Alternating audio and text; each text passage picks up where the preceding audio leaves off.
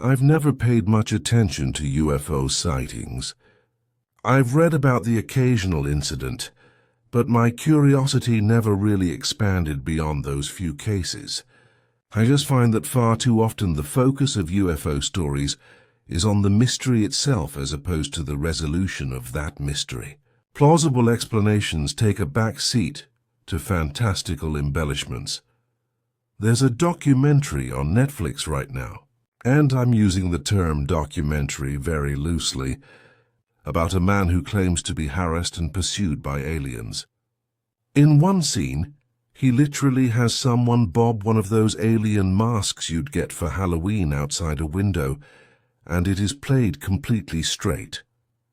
We, the audience, are supposed to believe that this is a close encounter of the third kind, when it looks like a close encounter of the trick-or-treat kind.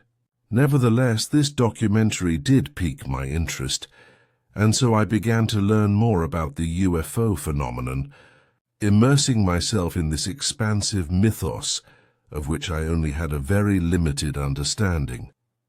From the very start, I was taken down this convoluted path of alien abductions, government conspiracies and alien experiments that read like rejected drafts of the X-Files. But every now and again I came across something a bit more credible. Stories that were genuinely difficult to rationalize. Nothing that would convince me the Earth is a galactic resort, but mystifying stories all the same. To get you on the same page as me, we need to go back to the year 1947. In the summer of 1947, news and government agencies across North America were flooded with reports of strange objects in the sky. This UFO mania was provoked by a pilot named Kenneth Arnold. On June the 24th, Arnold was flying over the Cascade Mountains in the state of Washington when he observed a formation of 9 saucer-like objects zooming across the sky.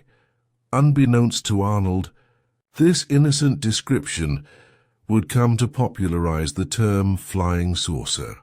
The scintillating discoids appeared to be traveling at a speed of some 2,000 km/h, a speed yet to be achieved by any man-made airplane in 1947. Arnold initially suspected he'd observed some secret military test flight, but the U.S. Air Force quickly denied responsibility and merely dismissed the sighting as some form of optical illusion. But it wasn't quite that simple. Not only was Arnold an experienced pilot, but his story was corroborated by a number of witnesses on the ground, who all described a series of oval-shaped objects traveling at a tremendous rate of speed. Furthermore, other sightings had been reported days before and would continue for many days after. More than 800 cases in less than a month, including the famous Roswell incident. Publicly, the U.S. Air Force dismissed the sightings as nothing more than a combination of overactive imaginations and misperceptions of natural phenomena, but internally the Air Force was just as mystified as the public, and actually quite concerned. Hundreds of unrelated persons from all walks of life, including high-ranking military officials, scientists, engineers, politicians, and professional pilots, reported uncannily similar experiences in the span of a few weeks. Both the public and the intelligence community crew increasingly convinced that something was hiding amongst the clouds. In late June of 1947, the Air Force covertly launched a preliminary investigation into the sightings, as they suspected that some UFOs could be vessels of foreign or celestial origin. By late September, the existence of advanced aeronautic vehicles could not be eliminated. While the majority of cases could be ascribed to natural phenomena, the maneuverability and evasive behavior displayed by some UFOs defied all conventional explanations. It was speculated that these seemingly mechanical UFOs could be part of some top-secret military project, either foreign or domestic. It was feared that the Soviet Union had seized German technology after World War II and developed some advanced aircraft capable of covert infiltration of U.S. airspace. This led to the formation of Project Sign, a classified investigation that would attempt to determine whether or not UFOs posed a threat to national security. While the project members entertained a number of plausible causes, by the summer of 1948, a minority of credible and well-documented UFO cases could not be resolved. These cases became known as the unknowns. By process of elimination, Project Sign therefore concluded that the most probable explanation for the most inexplicable of cases was the extraterrestrial hypothesis. In other words, the unknowns did not appear to be from this Earth. However, once this report reached the Pentagon, it was rejected. The interplanetary explanation was thought to be unsubstantiated, and so the report was ultimately scrapped. Project Sign was dissolved soon thereafter, and subsequent investigations ultimately failed to ascertain the nature of these unknowns. Project Sign's successor, Project Blue Book, merely concluded that it was statistically improbable that UFOs represented technological capabilities beyond our own, as the vast majority of UFO sightings are misperceptions of natural phenomena. The presumption was that all UFO sightings are likely to be misperceptions. As such, funding for UFO research could no longer be justified, as the threat to national security was evidently non-existent. Government-sanctioned UFO research officially ended with the dissolution of Project Blue Book in 1969, and the Air Force has since proclaimed the issue resolved. Out of the 12,618 UFO reports in its collection, 701 were marked unknown upon its conclusion, although some would argue that many cases were mischaracterized and that more than 1,100 cases should be regarded as unknowns. While the U.S. government may dismiss these unknowns as mere statistical anomalies, the fundamental question remains: what did people see? What kind of natural phenomenon evades resolution despite decades of scrutiny? Late in the afternoon on May the 24th, 1949, 6 civilians were on a fishing trip on the Rogue River in the state of Oregon. Suddenly, one of them observed a round and scintillating object in the sky.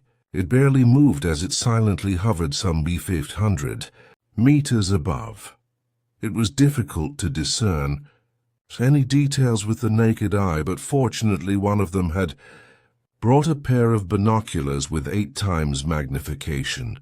The binoculars revealed a clearly distinguishable metallic craft of unfamiliar design. It was round and flat, about 10 meters in diameter, and had a rounded fin on the roof.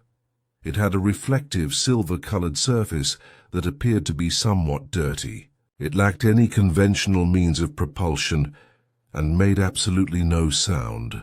After some 2 minutes of observation, the UFO gradually moved in the opposite direction of the wind until it disappeared with the speed of a jet plane.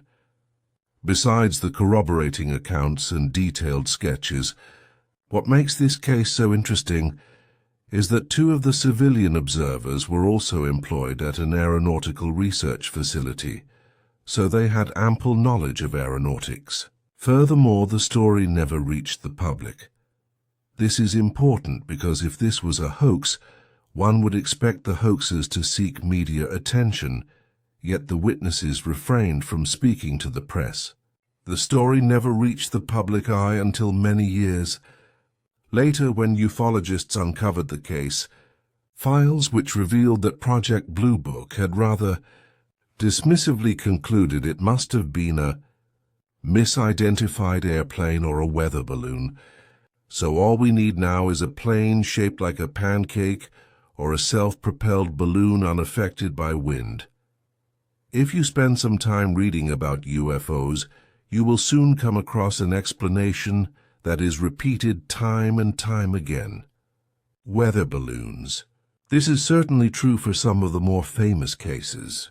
The Battle of Los Angeles, balloon, the Roswell incident, top secret balloon, the Mantell incident, once again a balloon. Unfortunately for proponents of the extraterrestrial hypothesis, it is often a rather convincing explanation.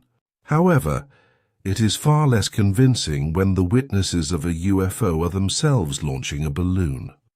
On April the 24th, 1949, a group of 5 balloonists had just launched a weather balloon in the New Mexico desert and were tacking said balloon with a special telescope.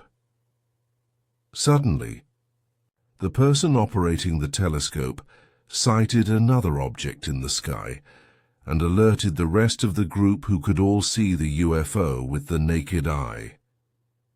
It had an elliptical shape and was white, silver, and yellowish in color. It was impossible to accurately determine its altitude and size due to the lack of reference points, but it appeared to be flying at an extremely high altitude and moved so quickly across the sky it was difficult to track with the telescope. It remained visible for about a minute until it suddenly stopped. Its horizontal motion and disappeared by near vertical ascension into the clear blue sky. It made no sound and traveled crosswind. A year prior, a very similar incident had taken place on the 5th of April.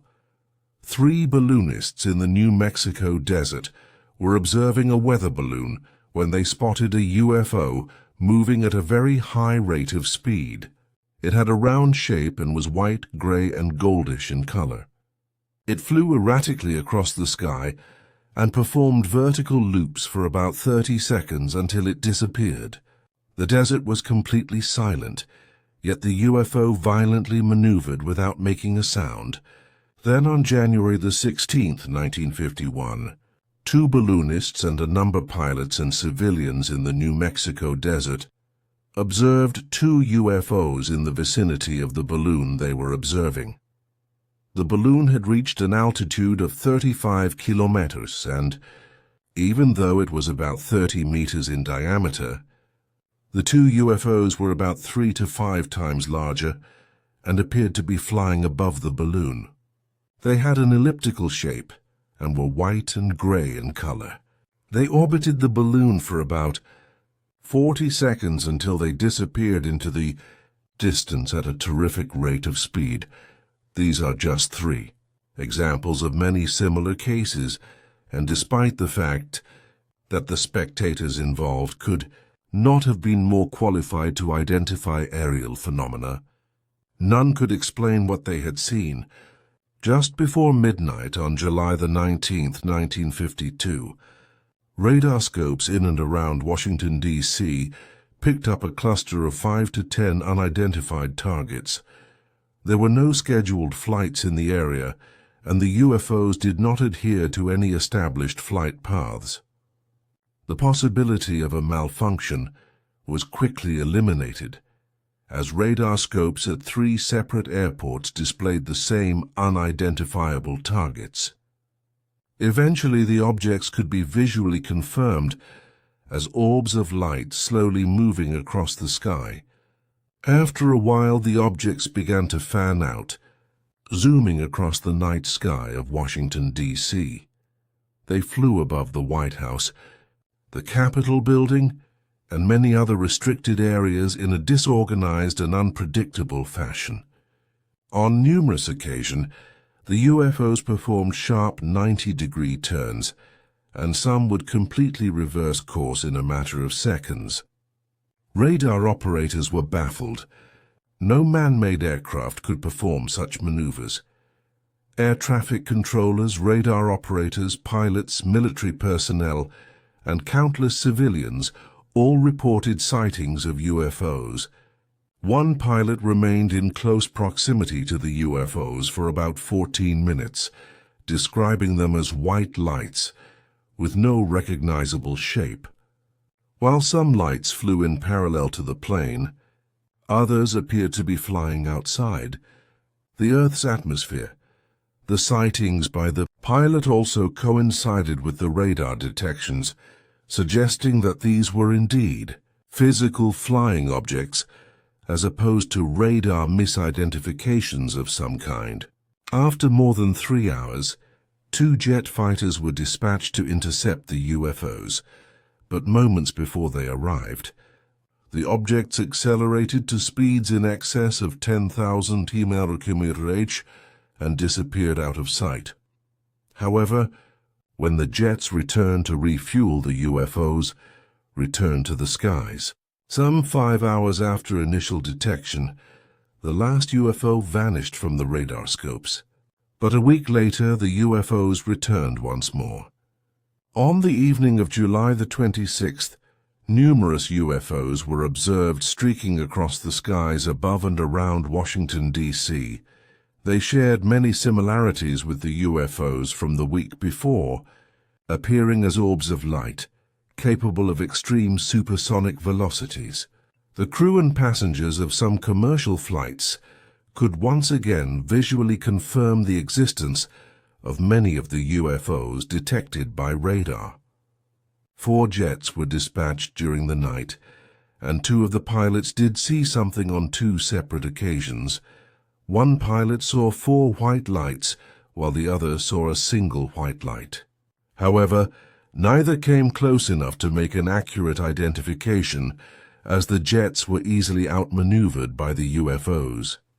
Under mounting pressure from the public to explain this apparent invasion of the U.S. Capitol, the Air Force held a press conference on July the 29th. At the conference, they claimed that temperature inversions were to blame. It's an atmospheric condition in which layers of warm air traps pockets of cold air, which can result in false returns on a radar scope. Conversely, the visual sightings were supposedly misperceptions of stars, meteors, or strange reflections of natural sources of light. In other words, it was all just a big misunderstanding, and there was no cause for alarm. It's a very odd explanation, given that it completely disregards crucial pieces of information. For one thing, visual observations and radar detections were confirmed to be one and the same on numerous occasions. When pilots claimed they had visual contact with a UFO, ground personnel confirmed its existence and location on the radar scopes. When pilots claimed a UFO disappeared, it simultaneously disappeared from the radar scopes. Another glaring issue is that temperature inversions occurred on a daily basis throughout the summer of 1952, yet unidentified radar targets only appeared on the 2 nights in question. Personnel at Andrews Air Force Base were not quite sure as to what they had seen, claiming they may have seen meteors or other natural phenomena. But the senior air traffic controller at Washington National Airport was certain they had detected solid maneuvering objects, while explicitly denying the possibility of weather-related targets. Furthermore, none of the radar operators agreed with the Air Force's conclusion. Everyone was certain that they had been tracking metallic flying objects. Even the National Weather Bureau disagreed with the temperature inversion theory, claiming that such phenomena would appear as amorphous streaks across the radar scopes, as opposed to sharp delineable dots. In spite of these glaring contradictions, the Air Force concluded that temperature inversions were to blame and that nothing extraordinary had taken place, though, somewhat paradoxically, the Project Blue Book files list the case as an unknown, while simultaneously agreeing with the Air Force's conclusion. On April the 24th, 1964, police officer Lonnie Zamora was chasing a speeding car outside the city of Socorro in the New Mexico desert when he was alerted by loud noise and a bright flame in the sky. Believing it to be an explosion, he broke off the chase and drove towards the light to investigate. The flame was blue and orange and appeared to be descending towards the ground about half a kilometer away. After a difficult drive through the rough terrain, he noticed a white and silver-colored object about 200 meters distant. It initially appeared to be an overturned car, and he could see two men in white coveralls standing beside it. The two men seemed alarmed by Zamora's presence and looked straight at him, but after clearing a small hill, which momentarily obstructed his view, the two men had vanished. Zamora could now discern that it wasn't a car, but some kind of elliptical object, supported by 4 metallic legs. The white ellipsoid was about 5 meters in diameter and had a red insignia printed on the side. He then proceeded on foot and was about 30 meters away when he heard loud thumps as if someone closed a door, and then a smokeless flame, reminiscent of a welding torch, suddenly erupted beneath the craft. The flame was once again blue and orange in color, and it produced the same roaring sound that was increasing in frequency. Ever so slowly, the object began to rise. At this point, Zamora became frightened, and the loud noise gave him the impression that the UFO was about to explode, so he ran for cover behind his car. But after a while, the UFO went completely silent and was now hovering some 6 meters above the ground. Its speed gradually increased until it disappeared into the distance.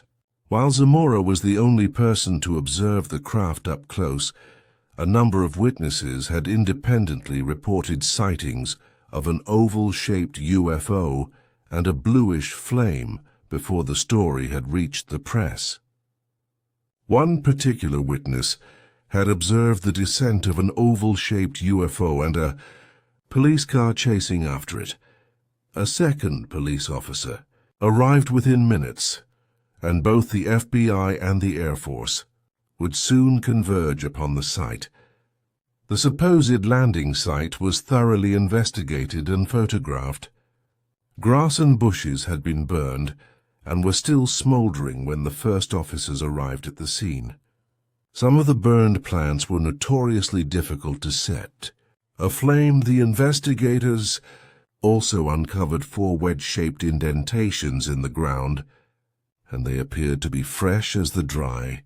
Topsoil had been pushed aside, revealing the still moist subsoil.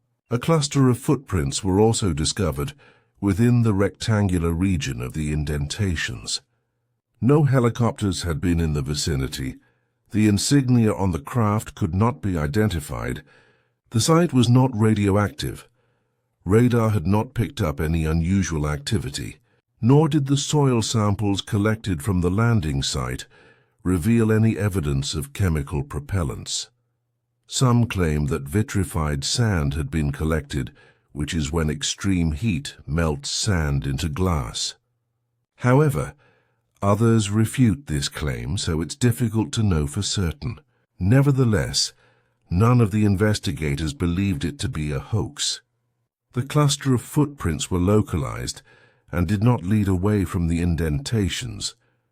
Assuming Zamora created the indentations himself and somehow managed to ignite the near-inflammable vegetation, he must have done so without leaving any evidence or footprints except for a small cluster near the center.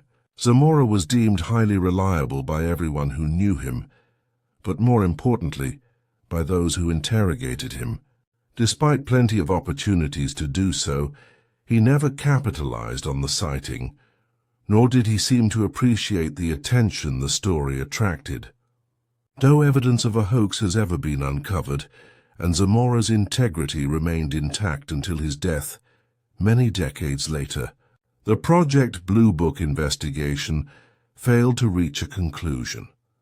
The most plausible explanation seemed to be that Lonnie Zamora had witnessed some kind of classified experimental aircraft, an explanation favored by the local population as well as Zamora himself. Given that the highly secretive military testing range known as the White Sands Proving Grounds, is located right next door, this is certainly a possibility. However, the unusual design and advanced capabilities of the craft observed still makes it difficult to believe. Unsurprisingly, the military denied the existence of such a craft. Many years later, the Air Force captain in charge of the investigation recalled a strange phone call he'd received at the time. A high-ranking military official at the Pentagon had called and personally questioned him about the case, which he found to be highly unusual. He thought it was unconventional for a colonel to be making such a call, and so he wondered, why in the world were they so interested? Why is it that even though half the global population walks around with a high-resolution camera in their pocket, high-resolution footage of flying saucers seem to be non-existent? I've seen variations of this line of reasoning before, and at first glance it may seem quite decisive. While it is true that cameras are more readily accessible and video quality has improved significantly over the past few decades, so has the quality of forgeries. Thanks to software like After Effects, almost anyone can create a convincing forgery, which means that videos like these will never be the definitive proof they likely would have been a few decades ago. Imagine an ideal situation for a moment. Imagine that a reliable individual with no background in visual effects and no previous interest in UFOs captures an actual unidentifiable aircraft on a high-resolution camera. Not some blob of pixels as if it was filmed by a Japanese adult film studio, nor some indiscernible streak that requires CSI-esque enhancements, but an actual clearly distinguishable craft that defy all conventional explanations. Even then, the authenticity of that footage would inevitably come into question, and it would in all likelihood be impossible to prove that it actually happened. I remember back in 2011, a UFO in Jerusalem was captured on video by multiple people from multiple vantage points. The case attracted worldwide attention as the multiple locations lent credence to the sighting's authenticity. However, some time later, a team of journalists tracked down the cameramen responsible and found that one was a filmmaker and film teacher, while the others just so happened to be students at the same school. Drones have also made it far too easy to stage UFO sightings. Strange lights in the dark night sky, performing seemingly impossible maneuvers. Drones got you covered. What appears to be a solid craft in the clear blue sky that looks nothing like a conventional drone. Drones got you covered. It's become next to impossible to eliminate conventional explanations, as virtually every person on the planet has gained easy access to the heavens above. At this point, nothing short of a spaceship landing in the middle of Times Square should be deemed convincing. This is at least in part why I choose to focus my attention on older cases, as none of these problems existed a few decades ago. The first director of Project Blue Book, Edward J. Ruppelt, would later go on to write a book about the cases he and his team investigated. In it, he describes a drastic shift in the attitude towards UFO research following the rejection of the extraterrestrial hypothesis. The Air Force no longer sought to understand the nature of UFOs, but rather sought to debunk the phenomenon at large. In his own words, everything was being evaluated on the premise that UFOs could not exist. No matter what you see or hear, don't believe it. Following the aforementioned Washington, D.C. incident in 1952, this predisposition was only reinforced. Investigators were instructed to focus on cases they could solve and to never discuss the unknowns in public. The subject was to be debunked and ridiculed, and so it was. What had initially been perceived as a potential treat to national security had now, through an orchestrated public relations campaign, been reduced to a socially unacceptable pseudoscience. Ruppelt writes in his book, "This change in the operating policy of the UFO project was so pronounced that I, like so many other people, wondered if there was a hidden reason for the change.